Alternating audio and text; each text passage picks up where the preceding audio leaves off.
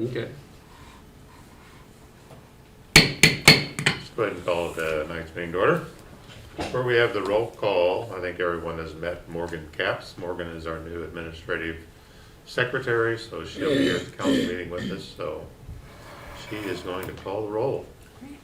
Kessler, Here. Walters, Here. Rarden, Here.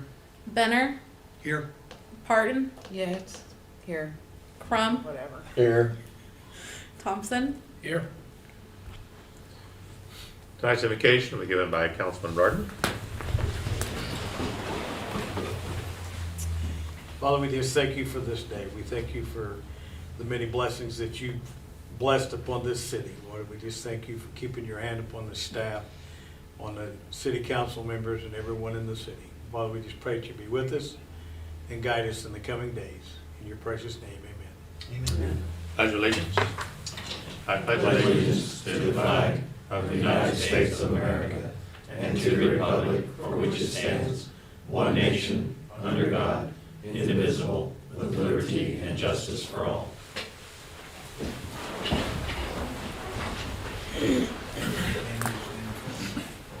Also tonight, I don't know if everyone, it's a little different. Time to see to the end, maybe a little different down there, people. So we know we're in the new remodeled council room, trying to get more social distancing and that time between us. So with that, then we're going to move on to the presentation of approved minutes, 8 minutes of November 9, 2020. I make a motion, we accept the minutes from November 9th. Second. Motion second to approve minutes November 9, 2020. Discussion? Question? Kessler, Yes. Walters, Yes. Rarden, Yes. Benner, Abstain. Parton, Yes. Crum, Yes. Thompson. Abstain. And as you can see, there's some little holes in here. We don't have our lights and switches up yet, so let's go ahead and speak out as we have been doing in the past. Item 1 is an introduction of an ordinance and resolutions. A, an ordinance relating to the enforcement of public health orders. You've heard a lot of information about what the Frederick County's done on health orders with masks and different closings and those type of things. This is something that allows us to make sure we can still do the county health enforcement orders, but keep it local. This way, we'll be able to enforce the county health orders and the officers as it says, but still we'll go through our court. It'll take us, our people will be local. We won't be sending people up to the county at that type of thing. So this truly lets us keep everything local at this point. Still takes care of the county health orders, but makes sure that we're local with it. With that, I'll open the floor for any discussion, council. Mayor, my biggest concern with this is that I'm not opposed to a mask mandate or social distancing guidelines or frequent hand washing or any of those sorts of things. I practice them myself and I advise anybody to do that. But I have real reservations about assigning a criminal statute to this. I think we're setting ourselves up for putting ourselves in a position where we could be punishing people for something they did not do. I can't support this. Okay. Other council? I also have reservations, Mayor, about this. I agree with Mr. Benner on that. I agree that we do need to be cautious in how we handle ourselves, but requiring and fining up to a month in jail or $500 for not wearing a mask seems like imposing a police state upon our people.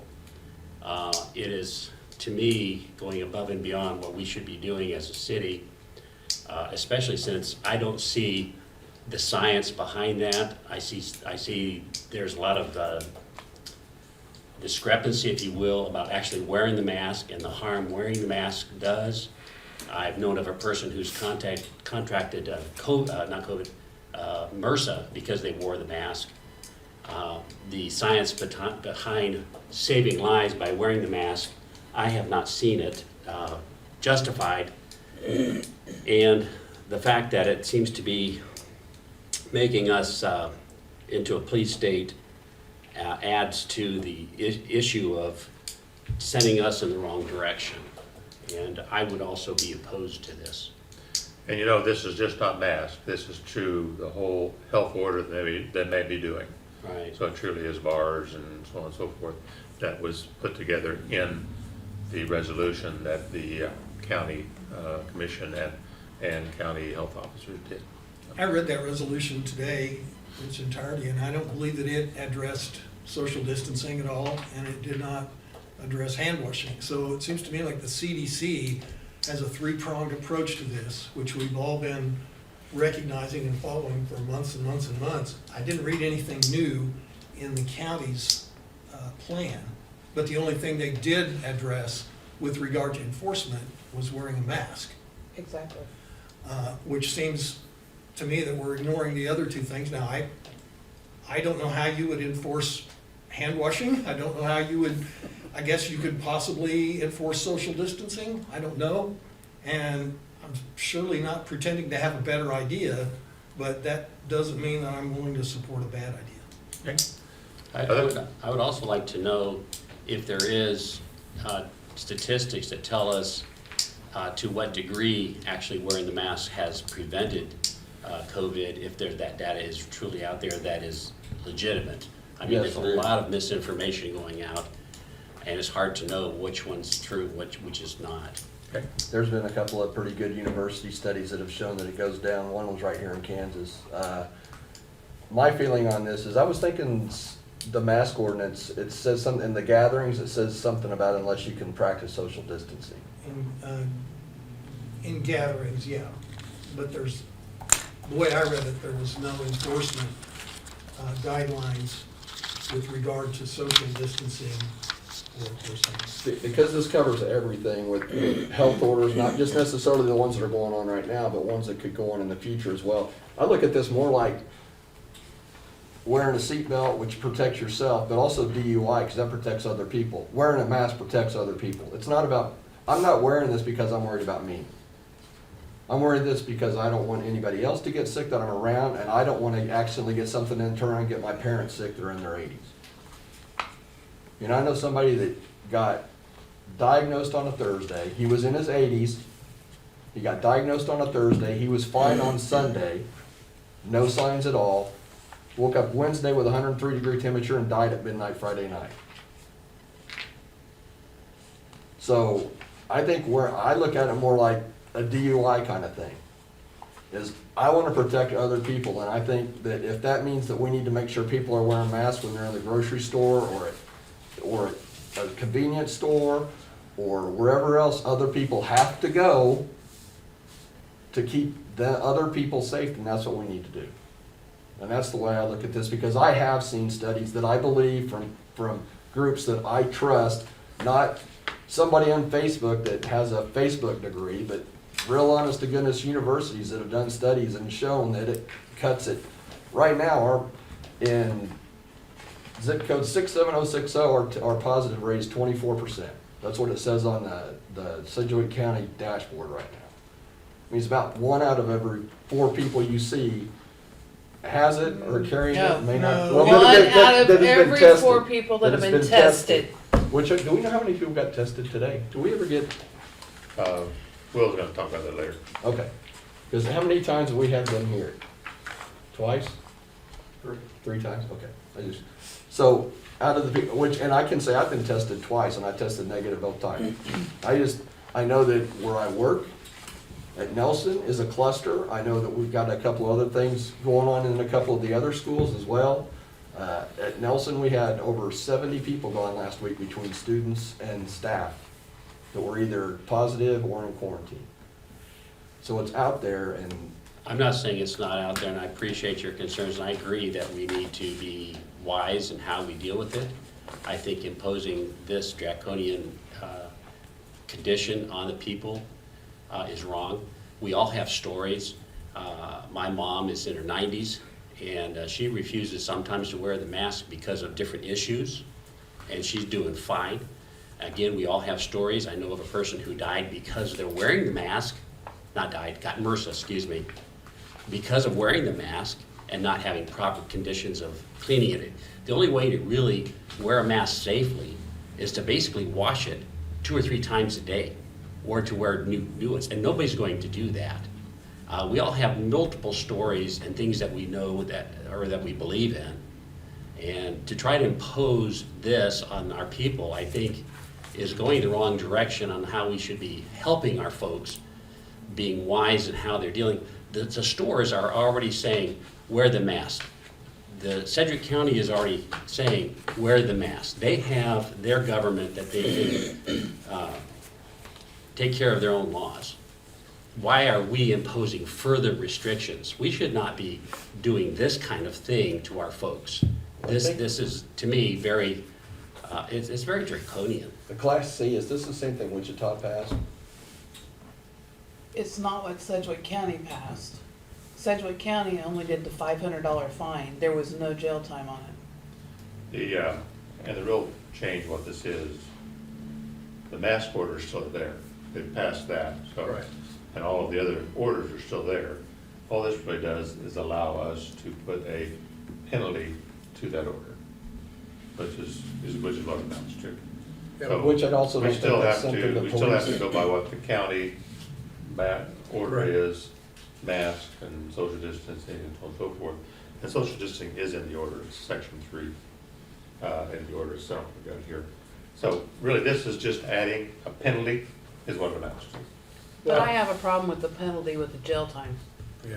I on went out something like walking this. today Huh? with my daughter, and there wasn't anybody else around except for my daughter and myself. If I had to wear the mask, it would have limited us in breathing, in walking. Now, if I was jogging, it made it even worse. And there wasn't anybody around, and yet this kind of thing would say, I've been fined and put in a month in jail, possibly. No. My son, No, possibly. That's not what the order says. Well, if it says No, the that order- you the could order up to itself that. Says people in your family is exempt from being around those people. If you're outside where you can be social distancing from others, is exempt. So if it was all 3 of you together Yeah. somewhere, you're exempt. Well, one of the issues I have with this, and it's, I don't know how many people are aware of it, Derby passed the same thing at their last council meeting or whatever. And then on their Facebook page, they put a phone number for people to call and tattle on people for not, Yeah. We will end up doing the same thing. We'll have a phone number, a regular number that people will be able to call. And then it truly will come down to us to whether we want to investigate it or not. If you decide to go ahead and go through with this country. I think this is imposing more fear. My son's class, he had a fellow student test positive on Friday, and then on Monday he requested to be retested, and he was negative. So again, there's questions about even the tests themselves, and there's so much questions around this. You say that you have evidence you believe about wearing the mask. I say I have evidence that I believe that it's worse at times to wear the mask. Now, I'll wear it in your presence for your benefit. I'll be happy to do that. I think we should all respect one another. It's a little bit like smoking. I shouldn't be smoking in the same room as you because my smoking would affect you. And, you know, but we pass ordinances on that. But this is not quite the same way, because what I say over here probably is not affecting you over there. If I get in your face, maybe it would be different. But there's so much of this going on. I think it's fear-based, and it's making us more into a police state. Other discussion anywhere, council? Yes, this is Councilman Kessler.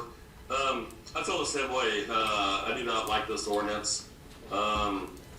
I mean, I do wear my mask when I'm around other people in stores. I think stores, like the others have said, stores pretty much have already made it mandatory in their store to go in there, or restaurants or whatever. And they have the ability to ask someone to leave. I feel the same way. I do not like this ordinance. Use no mask. It's up to them. I don't think we should be doing this enforcement. And it doesn't actually say mask. I mean, it could be anything. It could be a mask day. It could be, walking somewhere, like smoking or drinking. I mean, it could be anything.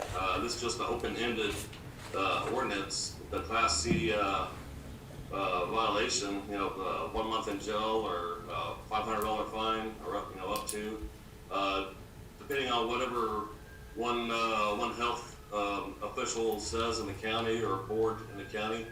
I just don't like this. I don't think we should be mandating this and putting an extra burden on our police department on enforcing people that enforcing this ordinance, if somebody's not wearing a mask. Okay, other council? Is anyone, we're done? Any motions?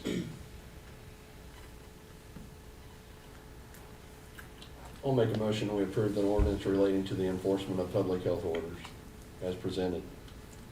Second, anywhere?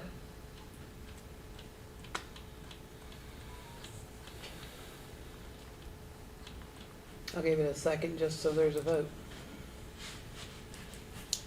Well, we have a motion, but no second. Did we have a second? Oh, Yeah. okay. Councilman Pardon seconded. That must have been my bad right here. So, in that case, any further discussion? Call the question. Kessler, Nope. Walters, No. Ryden, No. Benner, No. Parson, No. Crum, Yes? and Thompson. No. 6-1. Right, count right? I got enough fingers? Okay. Yep. At that point, this ordinance does not pass. If anyone has any other ideas going forward, we're open to those ideas at this point, but this ordinance does not pass. So we'll go on into our notice of communications, item 2, government body announcements. The library, go over their hours real quick. Monday through Thursday, of course, they're still open from 10 a.m. to 7 p.m. Fridays from 10 a.m. to 5 p.m.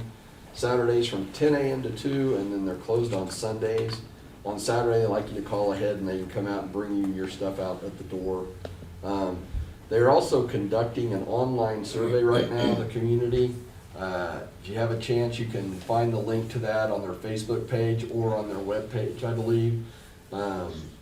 That they're looking for input from the citizens, so if you could have a little bit of time, if you could go in and fill that out so that they could get as many people in on that as they possibly could. Also wanted to remind everybody that winter sports have started for USD 261. However, Keisha is having a meeting tomorrow at 1 o'clock to decide whether or not to allow the full season to go on, or which should technically start around December 1st. They're talking about pushing that back until January 15th, I believe, and that will be determined tomorrow at 1. And I also wanted to talk about with the middle school and high school going remote, that right now students can sign up for meals, and they pick those meals up on Tuesdays it has been from 5:30 to 6:30 at all the locations. Because they're not having school at HWMS or HMS or campus, they're also going to include a 12 to 1 o'clock slot. So if citizens are having trouble, whose students go to the school and they're having trouble getting at the 5:30 to 6:30 slot on Tuesdays, there's also a noon to 1 o'clock opportunity now at the 2 middle schools and at campus. And that's all I have. Anything else? So I do the senior center? Senior center yoga chair yoga will be held November 25th and 30th and December 2nd. Center's closed for Thanksgiving, 26th and 27th, no meals. Commodities, there were 375 cases of food to families on November the 18th. Billiard room is open to members and is being used. Our Haysville Hustle, we've had 9 one-way rides total this month. One rider uses it every Friday round trip. We're planning a shopping trip to Walmart Kohl's December 2nd. It's been handed out Senior Center and Facebook, and continuing to have the drivers around Haysville advertising. So If you want to use the Haysville Hustle, be sure and call in and set your appointment. The other thing we have, if you'll turn your attention to the one TV we have in here, going forward, we're going to have more than one, so you know this is not how we'll end up, so we'll have a better way. This is the 4th anniversary of passing of Randy Dorner. We are going to show you a video of what we'll be putting out on Facebook, since our park is continuing to be completed and the front is being completed. So if you run that one, we're ready.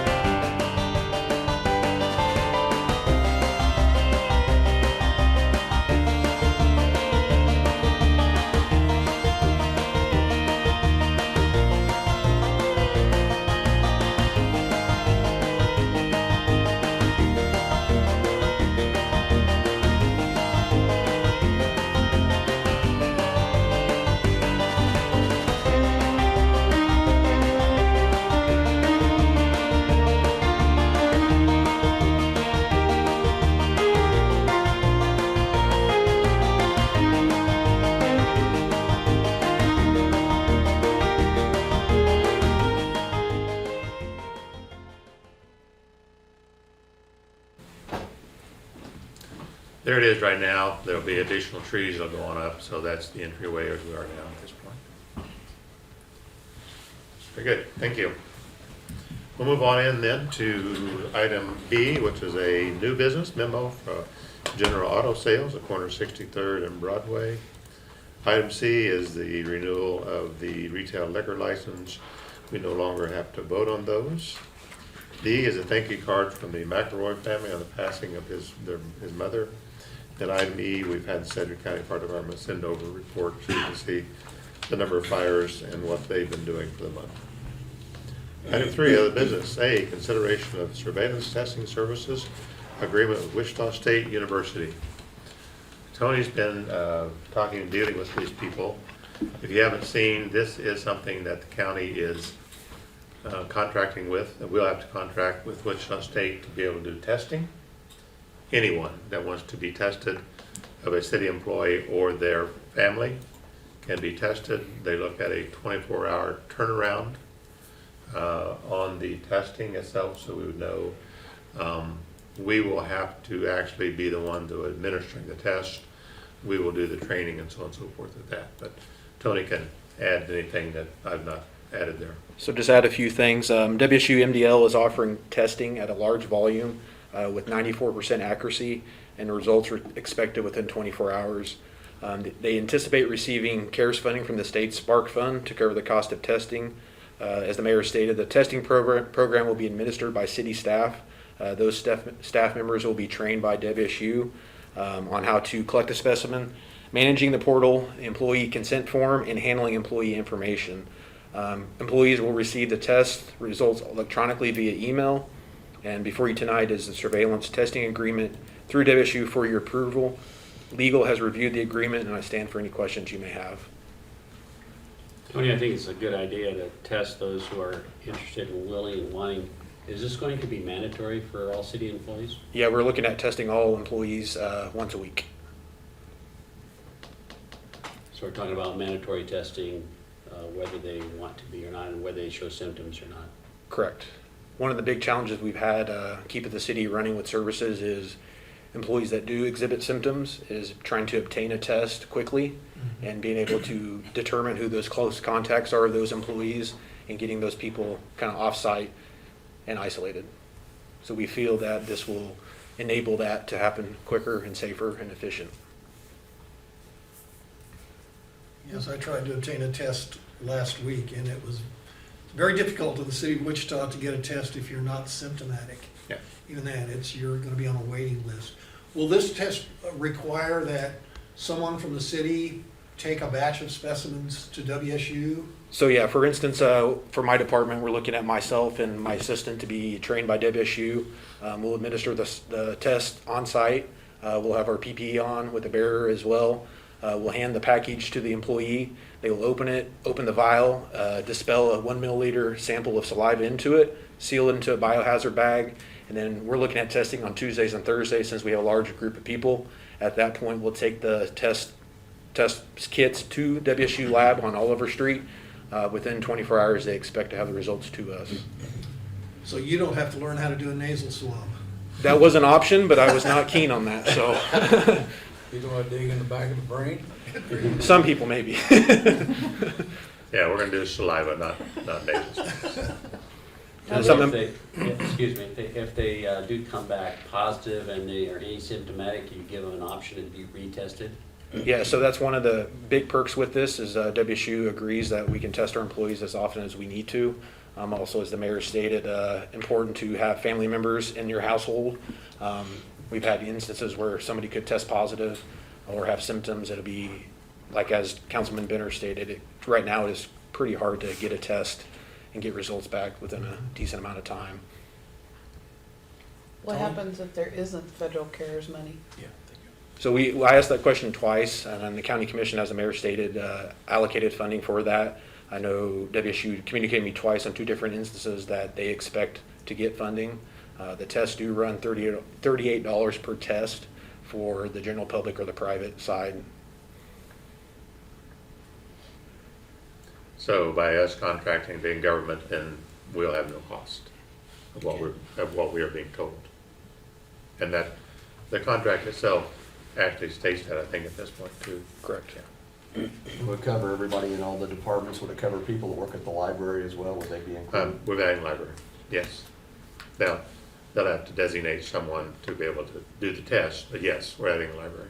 Library and senior center? Excuse me? Senior center? Kim There, and- yes, senior center's Kim and- okay. employee that falls under Okay, Georgie. Georgie will be testing the senior center employees. okay.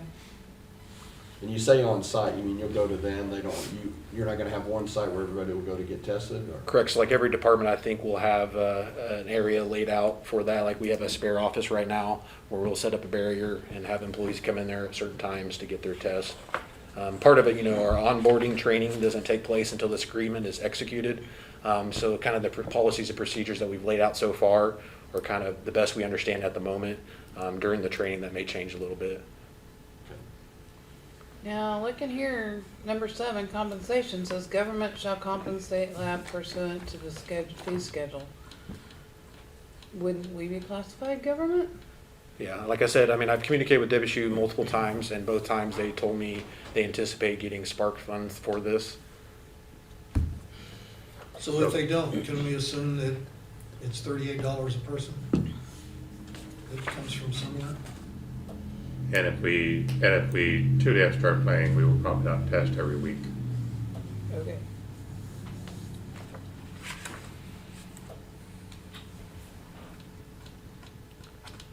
Well, there's no other question. I got a question. Go ahead. So if the CARES money is not there to pay for the testing and the city has to pay according to that fee schedule, what about family members? Is the city planning on paying for family members as well? The question does, as we are now, people getting tested, their insurance is picking it up, the insurance does not. I think this is also covered by insurance, isn't it? It should be. The only thing in the contract it talked about if a private business or another company was selling these test kits, they'd be charged for sure. That was the one clause in the agreement was Okay. if you're making money off this, that you would definitely be charged. So if we do get charged, then I guess my answer is yes. Every test they run, there'd be a charge for. But then if we find out that CARES money's not gonna cover it, we can slow down how much we're testing and who we're testing. Right. So we We have can- control over who. Yes. There is nothing in contract that says we have to test every week. We can go to testing once a month, or we can go to testing as someone's requesting, or that type of thing. We can control that.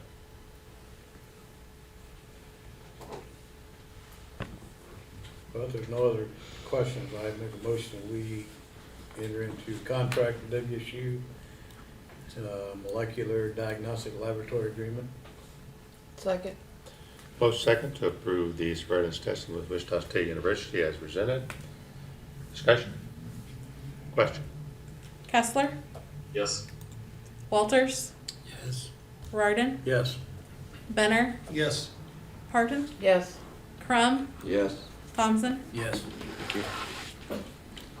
Item B is consideration of purchase of radio equipment. Rob?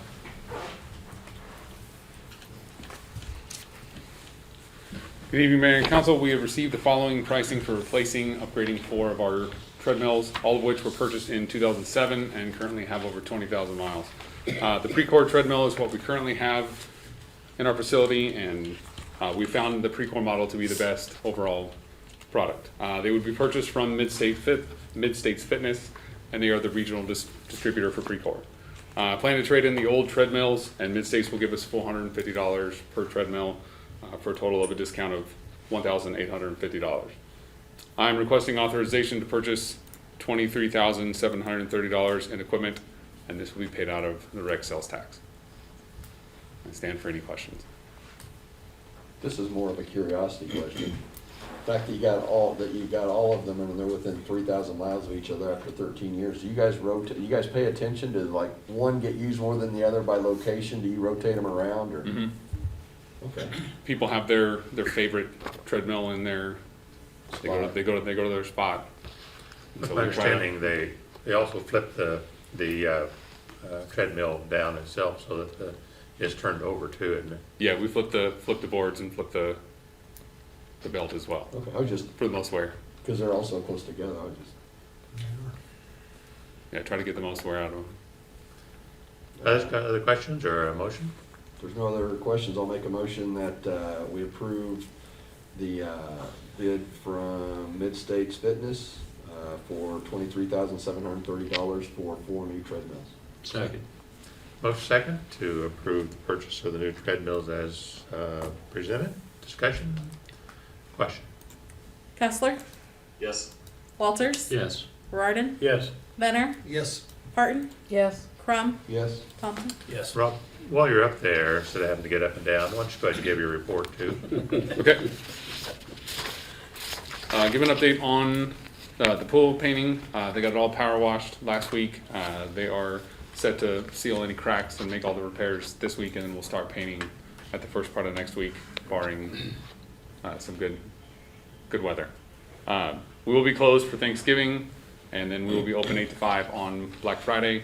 Then we are currently taking registrations for our new program, which is our hot cocoa with Santa. We will have 2 separate events on December 11th and 18th at 7 p.m. This will be a Zoom call where kids can sit down and talk to Santa through the computer. We will have little hot cocoa packets for sale at the activity center, which will have the Zoom links on them. You can log in and talk to him for those people who don't want to get out. Thank you, Rob. You. Administrative services as well. Okay, first update is on the testing this morning. The Sedgwick County Mobile Testing Unit was at the community building this morning at 8:30. That's when testing started. I was there a little bit before 8 to unlock for them, and at that point there was already probably estimated 40 to 50 people waiting in a line outside. So they did hit their limit. They've got a 200 test cap apparently for each test site when they're there. So they hit that. There were still, they estimated 50 people in line. They mentioned to them the next time that they could be tested, or where the sites was tomorrow is Derby. So hopefully if anybody didn't get tested today, they can go over there for the mobile testing for tomorrow. But they tested their max, 200 people today. Previous times they were here, they tested around 70. The CARES Act fund update for the money that the county has allocated to the city of Haysville. They allocated $352,000 to us. They extended the deadline from October 30th to November 30th for making our expenditures. We did have to do a report which covered everything from March to the end of October. That was due, I think, last week. I did that one. And we submitted on that first one $84,914. We've got quite a bit more that we're gonna submit this next time with, of course, the remodel being the large chunk of it. And we're also looking at putting in ionization units on all of our air conditioning systems throughout the facilities that we have here in the city. That's something that's been shown to help kill the virus.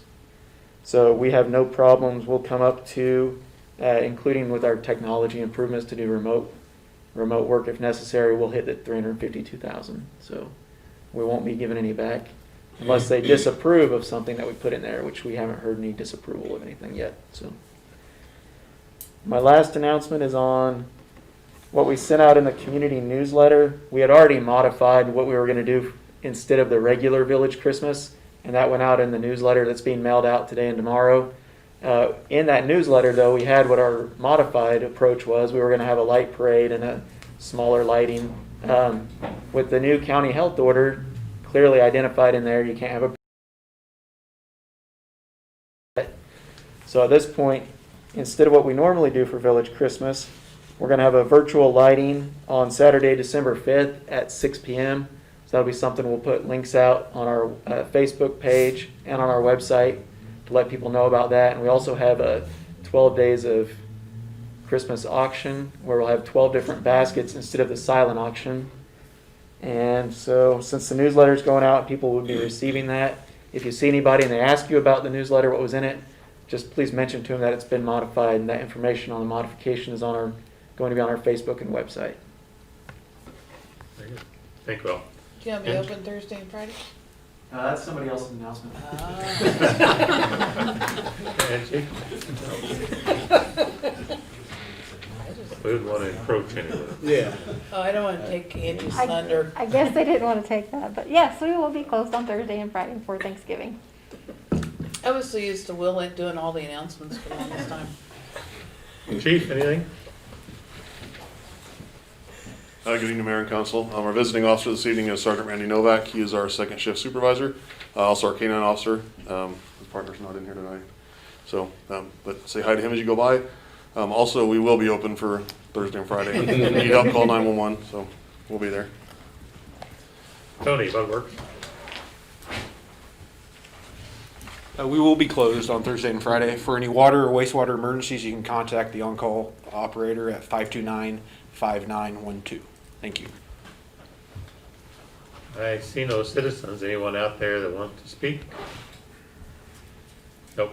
We'll go on then to item 6, bills to be paid. Bills for the last half of November. Make a motion to pay the other bills for the last half of November. Second. Motion second, pay the bills last half of November. Discussion? Question? Kessler, Yes. Walters. Yes.